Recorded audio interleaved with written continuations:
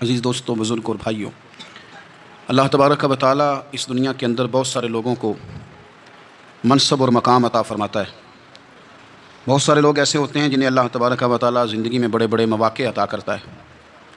وہ چاہیں تو اس موقع سے اپنے ذاتی مفادات حاصل کریں اور چاہیں تو ان اچھے مواقع کو ملت کی، مذہب کی، قوم کی خدمت کے لیے وقف کر دیں۔ کچھ لوگ ایسے ہوتے ہیں کہ جو کسی مقصد کے حصول کی طرف سفر تو کر رہے ہوتے ہیں، لیکن اس کے پیچھے زیادہ تر ان کے ذاتی مفادات کار فرما ہوتے ہیں، اور وہ اپنے دنیاوی مقاصد کے لیے، اپنے اور اپنے خاندان کے دنیاوی فوائد کے لیے کوشش کر رہے ہوتے ہیں۔ ایسے لوگ بھی محدود رہ جاتے ہیں، ان کی سوچ بھی محدود رہ جاتی ہے، اور کئی دفعہ کچھ تھوڑی دیر کے لیے ان کے نام ابھرتے ہیں اور پھر ہمیشہ کے لیے دب جاتے ہیں۔ کچھ لوگ ایسے ہوتے ہیں جو زندگی کے اندر اللہ کے لیے، اللہ تعالیٰ کی رضا کے لیے، رسول پاک صلی اللہ تعالیٰ علیہ وسلم کی خوشنودی حاصل کرنے کے لیے، دین کی، ملت کی، ملک کی سربلندی کے لیے آگے آنا چاہتے ہیں۔ میرا رب کریم قرآن مجید سورہ حج میں ارشاد فرماتا ہے کہ الذین ان مکناہم فی الارض، کچھ لوگ ایسے ہیں کہ اگر ہم انہیں زمین میں اقتدار دیں، زمین میں اگر ہم انہیں قابو دیں تو وہ کیا کریں گے؟ اقاموا الصلاۃ وآتوا الزکوٰۃ، وہ نماز قائم کریں گے، زکوٰۃ ادا کریں گے، وامروا بالمعروف، نیکی کا حکم دیں گے، ونہوا عن المنکر، اور لوگوں کو بری باتوں سے منع کریں گے۔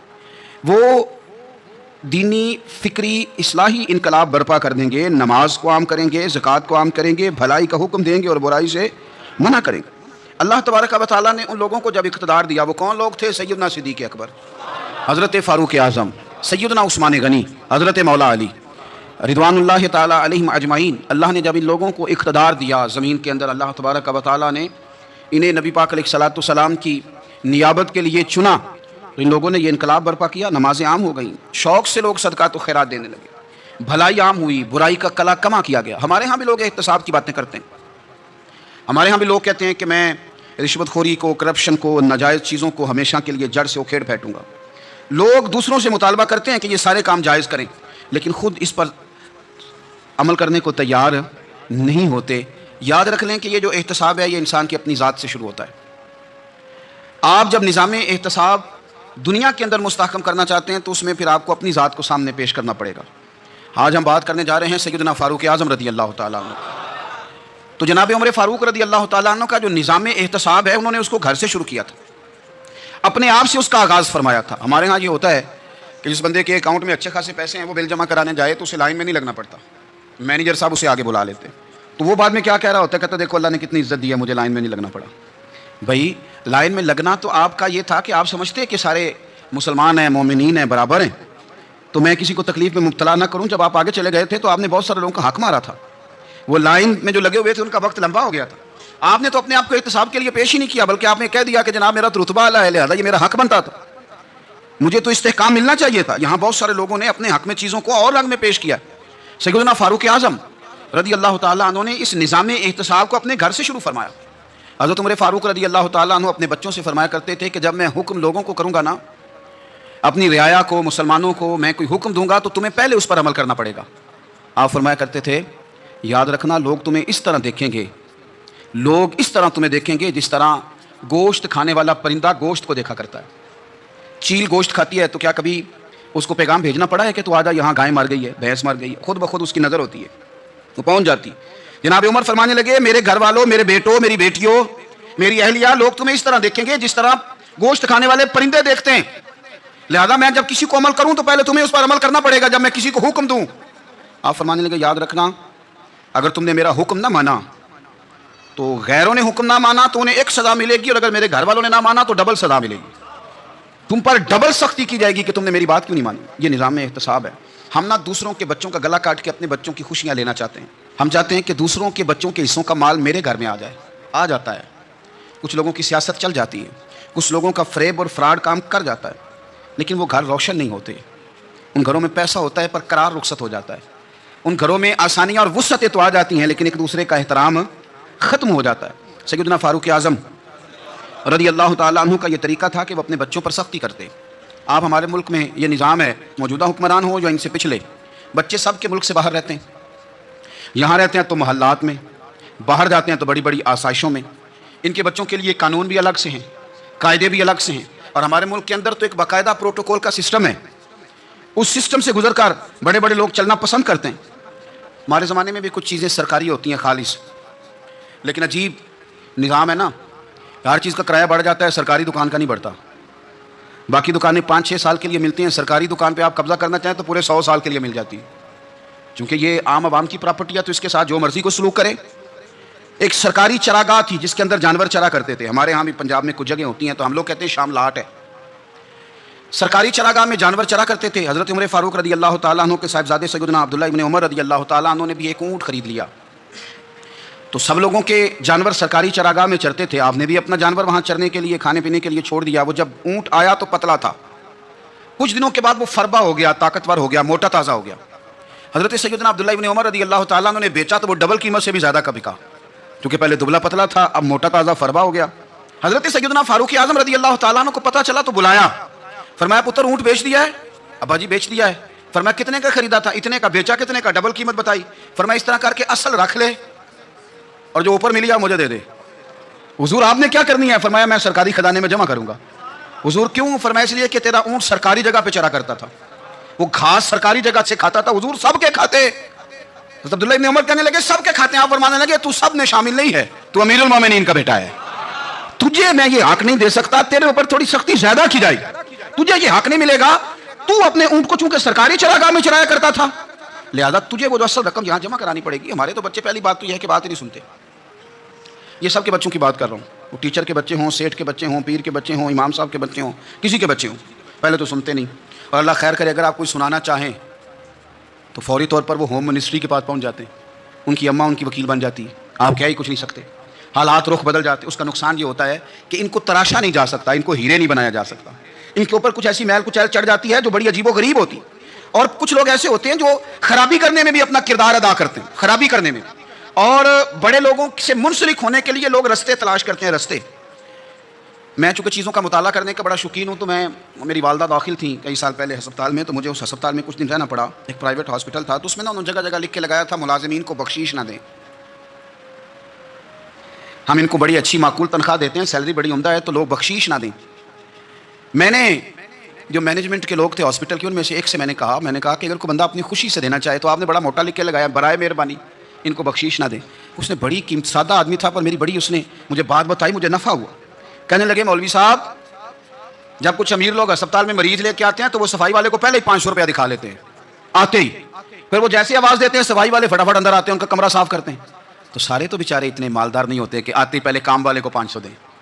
پھر نقصان کیا ہوتا ہے کہ یہ جن کی ذمہ داری ہے بہت ساری ڈیوٹیاں کرنے کی، یہ ڈیوٹی نہیں کرتے، یہ پلٹ کے ان کی طرف دیکھتے ہیں جن کے گھر سے سالن صحیح آتا ہے، ادھر ان کی توجہ زیادہ ہو جاتی ہے، جو نوٹ ان کو زیادہ دکھاتے ہیں، جو پھل لے کے آتے ہیں تو آدھا ان کو دیتے ہیں۔ تو ہم یہ کہتے ہیں یہ کام ہی نہ کرو، یہ اپنی تنخواہ پہ کام کریں تاکہ ہر آنے والے کا درد سمجھیں، ہر ایک کو یکساں یہ سروسز فراہم کریں۔ تو ہم یہ کام کرتے ہیں، ہم ایم پی اے کے اور کسی سے ہمارا تعلق نہ بنے تو ہم جناب اس کے ڈرائیور سے ہی تعلق بنا لیتے ہیں، ہم وہ جو آپریٹ کرنے والا ہوتا ہے ٹیلی فون اسی سے بڑا تعلق بناتے ہیں، اس کو مٹھائی کا ڈبہ جلدی پہنچا دیتے ہیں۔ تو اسی طرح سے بڑے لوگوں کی اولادوں کو بگاڑا جاتا ہے۔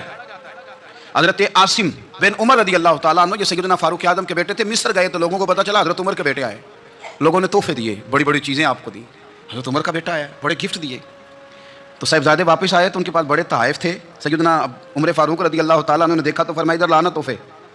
کہا بھائی لوگوں نے مجھے دیے ہیں۔ فرمایا تو نے کیوں بتایا تھا کہ میں امیر المومنین کا بیٹا ہوں؟ کہا حضور ان کو ویسے ہی پتہ چل گیا۔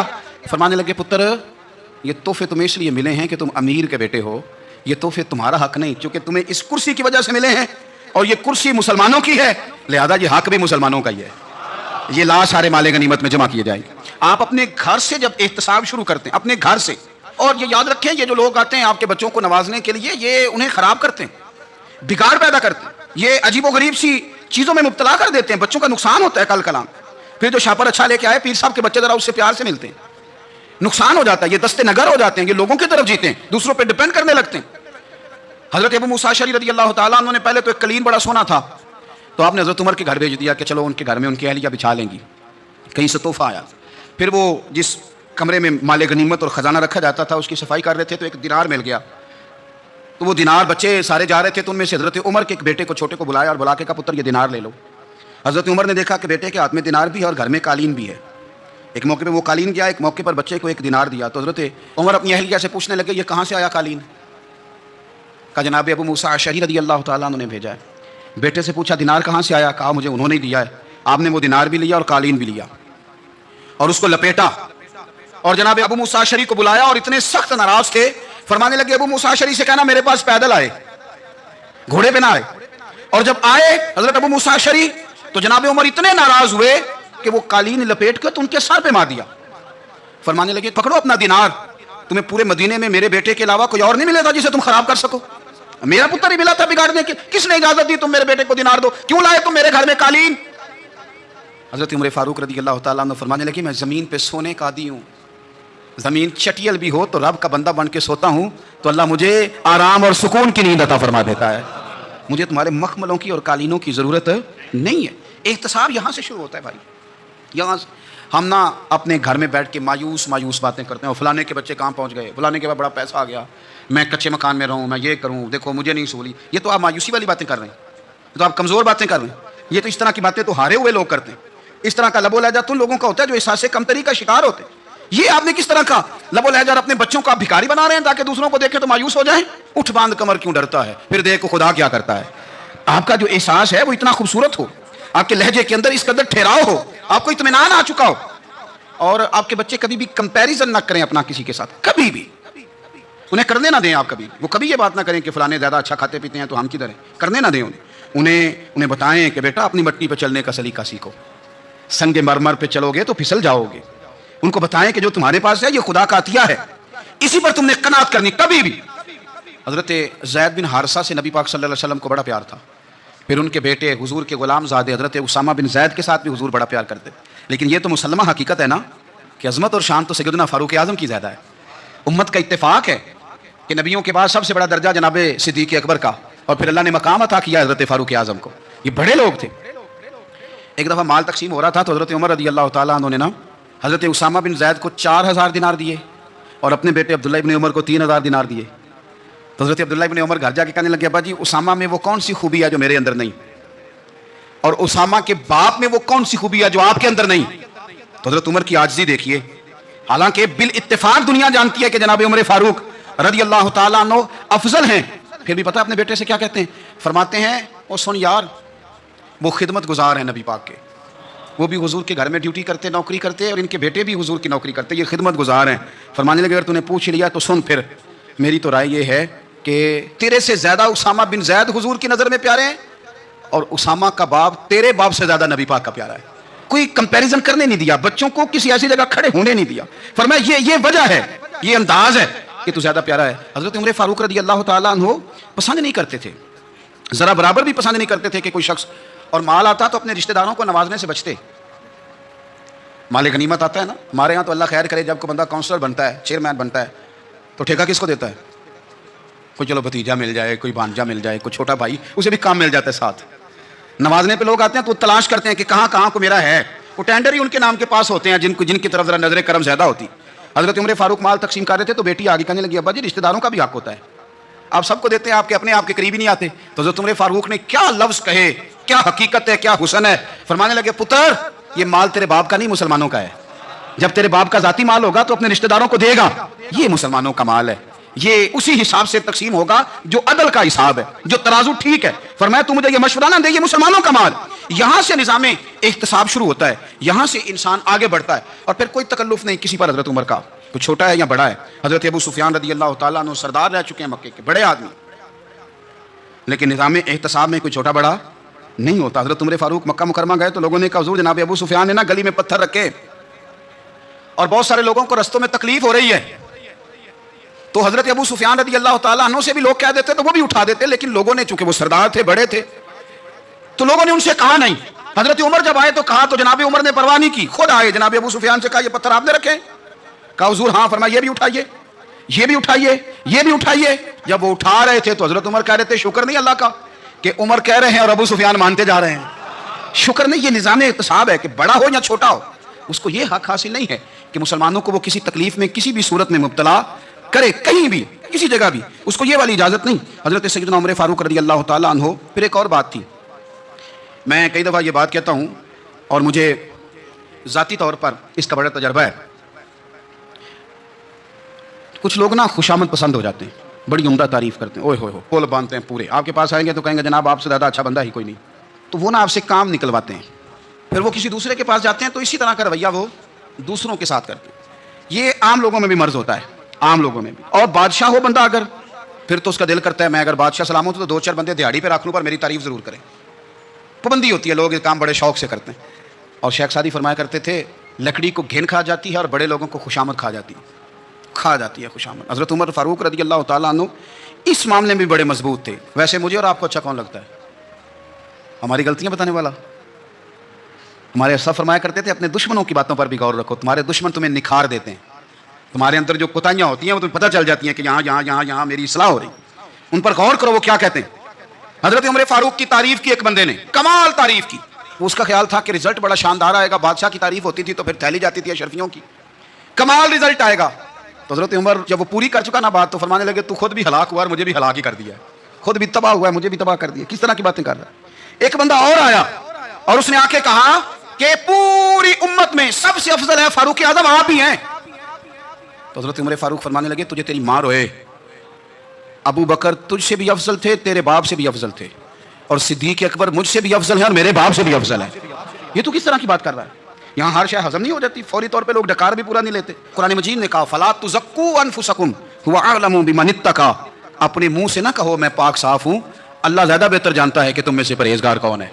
اپنے منہ سے تعریفیں کرتے کراتے ہو، یہ مزاج چھوڑ دیں۔ حضرت عمر رضی اللہ تعالیٰ عنہ پسند نہیں کرتے تھے۔ ایک آدمی نہ چلتا تھا وہاں تو بڑا متکبرانہ چال کے ساتھ چلتا، حضرت عمر نے دیکھا، یہاں تک احتساب فرماتے تھے، زمین پہ زور زور سے پیر پٹکتا، چال بڑی اس کی متکبرانہ، لوگ بڑے پریشان ہوتے۔ حضرت عمر نے ایک دن سمجھایا، باز نہیں آیا، اگلے دن پہ درہ نکال لیا، لگائے 4 درے، فرمایا آج کے بعد نہ چلنا اس طرح مدینے میں پیر پٹک پٹک کے۔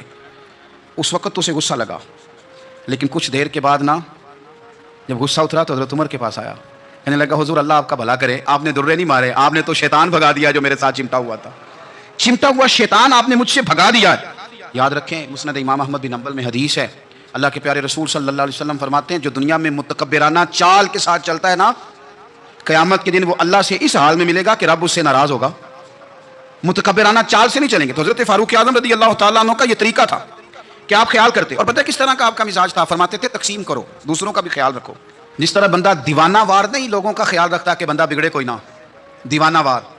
کچھ لوگ تبلیغ کرتے ہیں رسمی، اور کچھ لوگ ایسے ہوتے ہیں جو لوگوں کی اصلاح میں دیوانے ہو جاتے ہیں، ان کی خواہش ہوتی ہے یہاں بھی بندہ ٹھیک ہو جائے، یہاں بھی بندہ ٹھیک ہو جائے، یہاں بھی بندہ ٹھیک ہو جائے۔ کچھ لوگ کڑی نگرانی کرتے ہیں کہ انسان بگڑنے نہ پائے۔ حضرت عمر فاروق رضی اللہ تعالیٰ عنہ نا گوشت والی دکان کے پیچھے جا کے بیٹھ گئے کئی دنوں تک۔ وہ کہنے لگا حضور یہاں کیا ہے؟ فرمایا تو اپنا کام کرنا، گوشت والی دکان پہ بیٹھے کام کر اپنا، نگرانی کرنے لگے حضرت عمر۔ پھر آپ نے نا وہ بندے پکڑ لیے، کون؟ جو 2 دن مسلسل گوشت خریدنے آئے، پکڑ کے کھڑا کر لیا، فرمایا تو کل بھی گوشت لینے آیا تھا؟ حضور ہاں۔ فرمایا آج پھر کھائے گا؟ حضور جی۔ تو آپ فرمانے لگے کیا تیرے محلے سے غربت ختم ہو گئی ہے؟ تیرے رشتہ دار سارے پیٹ بھر کے کھاتے ہیں، تو 2 دن گوشت لینے آتا ہے؟ فرمایا آج کے بعد مسلسل گوشت لینے آیا تو درے سے ماروں گا، خبردار یہ کام نہ کرنا۔ یہاں تک نظام احتساب کا جب خیال رکھا جائے پھر حالات بگڑا نہیں کرتے، پھر وہ قابو میں رہا کرتے ہیں۔ حضرت عمر فاروق رضی اللہ تعالیٰ عنہ اس ترتیب کے ساتھ اصلاح کرتے، اس ترتیب کے ساتھ۔ سیدنا فاروق اعظم رضی اللہ تعالیٰ عنہ کی ایک بات آخر میں عرض کرنی ہے، وہ میں بھی اپنے اوپر لاگو کروں، آپ بھی غور کریں۔ حضرت عمر فاروق رضی اللہ تعالیٰ عنہ نے نا خط لکھا حضرت ابو موسیٰ اشعری کو۔ آپ فرمانے لگے یاد رکھنا جو گورنر، جو امیر اپنے رب کریم کی فرما برداری کرتا رہتا ہے نا، اس کی رعایا بھی اس کی فرما برداری کرتی ہے، اور جو لوگ اپنے رب کریم کی فرما برداری چھوڑ دیتے ہیں، پھر جنہوں نے ان کی فرما برداری کرنی ہوتی ہے وہ ان کی فرما برداری چھوڑ دیتے ہیں۔ آپ نے سپہ سالاروں کو خط لکھے تھے، فوج کے جو جرنیل تھے، کمانڈو تھے، ان کو خط لکھے تھے، فرمایا جو سپاہی نماز نہیں پڑھتا اسے فوج سے نکال دو، اور ساتھ لکھا تھا یاد رکھو جو رب کا وفادار نہیں وہ ہمارا کیسے ہو سکتا ہے، نکال دو ان لوگوں کو، فوج سے الگ کر دو۔ ہم آج جو بے پناہ پریشان ہیں، ہمارے بچے بات نہیں مانتے، شاگرد بات نہیں مانتے، ہم شکوے کرتے ہیں، بے ادبی بڑھ گئی۔ ادب کے ساتھ میں گزارش کروں گا بڑوں کی بارگاہوں میں، جو میری طرح کے بڑے بنے ہوئے ہیں، بزرگوں سے نہیں بات کرتا، ان سے میں کہوں گا کہ ہمیں ایک دفعہ اپنے اوپر بھی تو غور کر لینا چاہیے، کہیں ایسا تو نہیں ہے کہ ہم جب تک اللہ تعالیٰ کے فرما بردار تھے، جب تک ہم تقوی کے معیار پر تھے، ہماری بات ماننے والے ہماری بات مان رہے تھے، کہیں ایسا تو نہیں کہ ہم اس معیار سے ہل گئے ہیں، تب جو ہمارے فرما بردار تھے وہاں سے ہل گئے۔ حضرت عمر رضی اللہ تعالیٰ عنہ فرمایا کرتے تھے کہ لوگوں کو عجب میں مبتلا نہیں ہونا چاہیے، خود پسندی کا جو ماحول ہوتا ہے اس سے لوگوں کو ہمیشہ نکلنا چاہیے۔ حضرت عمر کے ایک صاحبزادے نے کنگھی کر لی، اچھا لباس پہن لیا تو درہ مارا جناب عمر نے، تو آپ کی بیٹی کہنے لگی ابا یہ تو بالکل جائز ہے، اچھے کپڑے پہننا، اچھا لباس پہننا اور سر میں کنگھی کر لینا، اس پر درہ کیوں مار دیا؟ تو آپ فرمانے لگے بیٹا یہ خود پسندی میں مبتلا ہونے لگا تھا، یہ اپنے آپ کو بہت بھلا سمجھنے لگا تھا، اس کا خیال تھا کہ میں ہی ہوں، میرے علاوہ کوئی نہیں. یہ اس مقام پہ جا رہا تھا جہاں اس کی تربیت رک جاتی، اس لیے درہ مارا ہے. ایک دفعہ حکومتی معاملات کے اندر آپ کی اہلیہ نے مشورہ دینا چاہا. بڑے کام بیویاں نہیں کرتی، بڑے بڑے معاملات میں مداخلت نہیں کرتی. ہمارے بر صغیر میں وہ بادشاہ نہیں گزرا کہ جو فیصلہ کرتا تھا تو کرسی پہ بیٹھ جاتا تھا اور پردے کے پیچھے اس کی بیوی بیٹھ جاتی تھی، اور جب وہ فیصلہ سنانے لگتا تو یوں گردن پیچھے کرتا اور اہلیہ جو کہتی وہ فیصلہ سنا دیتا.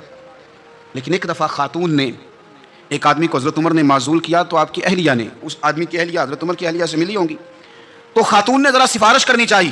تو جناب عمر فاروق رضی اللہ تعالیٰ عنہ کے ہاتھ میں عصا تھا، ڈنڈا تھا، 2-3 دفعہ زمین پہ مارا. فرمایا تمہیں کس نے اجازت دی ہے حکومتی معاملات میں مشورہ دینے کی؟ یہ مشورہ مولا علی دیں گے یا عثمان غنی دیں گے؟ آپ کو کس نے اجازت دی؟ وہ حکومتی معاملات، وہ مسلمانوں کا اجتماعی معاملہ، وہ مسلمان دیکھیں. آپ کو اس میں آنے کی اجازت نہیں ہے. جو آپ کی ذمہ داریاں ہیں، آپ کے حقوق ہیں، ان پر آپ بات کریں. تو بھائی نظام احتساب اپنی ذات سے شروع کریں. ہماری اولادیں، ہمارے بچے، وہ باہر سے انہوں نے زیادہ اثر نہیں لیا. ہم نے انہیں بتایا کہ ہم بڑے غریب ہیں، ہم بڑے مجبور ہیں، ہم تو بڑے کمزور ہیں، ہماری تو سنتا کوئی نہیں، یہ تو امیروں کا ملک ہے، اس میں تو فلانے فلانے کو اہمیت حاصل ہے. ان باتوں نے ہمارے بچوں کو کمزور کیا ہے. ان باتوں نے ہمارے بچوں کے دلوں میں احساس کمزوری پیدا کیا. آپ ان کو جینا سکھائیں. آپ ان لوگوں کو بتلائیں کہ رب کریم نے جو تمہارے لیے بہتر سمجھا وہ تمہیں اپنے فضل سے بڑا عطا فرمایا ہے. آپ ان کو ان کے مقام پر رہ کر خوددار اور قناعت پسند ہونا سکھائیں. آپ یقین کریں گھر امن والا بن جائے گا. بچے اگر بھنا ہوا گوشت کھا رہے ہوں اور پھر بھی لاڑی رہے ہوں کہ مسالہ میری مرضی کا نہیں، اسٹائل میری مرضی کا نہیں، ٹیسٹ میری مرضی کا نہیں، یہ والا گوشت میں نے نہیں کھانا، یہ اس طرح کر کے بھنا ہوتا تو پھر میں نے کھانا تھا، وہ زیادہ خوفناک صورتحال ہو جاتی ہے. لیکن اگر ابا جی، اماں جی، گھر والے کھیتوں میں کام کر رہے ہوں اور بچے اچار کے ساتھ روٹی لے کے جائیں اور بننے پہ بیٹھ کے، پٹے پہ بیٹھ کے وہ پھر کھانا شروع کریں، اور جب وہ اچار آئے اور وہ ایک دوسرے کو کہیں کہ آج تو 2 کلے ہو گئے میرے کام کے، اس دفعہ تو دیکھنا ہماری فصل کتنی شاندار ہوگی. ایک دوسرے کو دیکھ دیکھ کے وہ ہنسیں اور مسکرائیں اور ان کی باتوں میں لذت ہو، اور پھر وہ کہیں کہ آم بڑے اچھے مل گئے تھے، دیکھو اچار کتنا سونا آ گیا ہے، دیکھو یہ کس قدر زیادہ اچھا ٹیسٹ ہے، تیل بھی بڑا اچھا ہے، گل بھی بڑے وقت پہ گیا ہے.